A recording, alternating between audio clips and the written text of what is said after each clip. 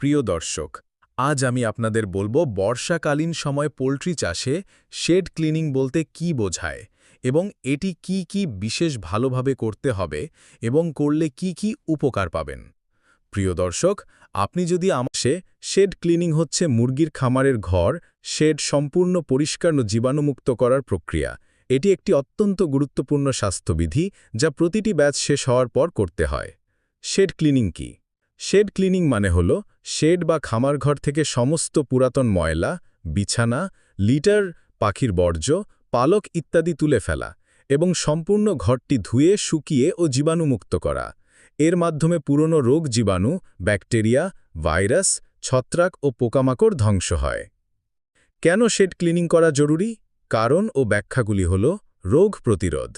পুরনো জীবাণু ও ব্যাকটেরিয়া নতুন ব্যাচে সংক্রমণ ঘটাতে পারে। উৎপাদনশীলতা বৃদ্ধি। স্বাস্থ্যকর পরিবেশে পাখির ওজন ও মাংস উৎপাদন ভালো হয়। ওষুধ ব্যয় কমানো। পরিষ্কার শেডের রোগ কম হয়, ফলে অ্যান্টিবায়োটিক কম ব্যবহার হয়। দুর্গন্ধ ও মাছি দূর করা। লিটার ও ময়লা জমে দুর্গন্ধ ও মাছির উৎপাদ বাড়ে, যা পরবর্তী পাখিকে অসুস্থ করতে পারে। ভালো ব্রুডিং পরিবেশ। নতুন বাচ্চাদের জন্য পরিষ্কার ও গরম পরিবেশ তৈরি হয়। শেড ক্লিনিংয়ে কি কি করতে হয়? ধাপে ধাপে ব্যাখ্যা। 22 শেড খালি করা বা ডিপপুলেশন, সব পাখি বিক্রি বা সরিয়ে ফেলা, মৃত পাখি বা ময়লা ফেলে দেয়া।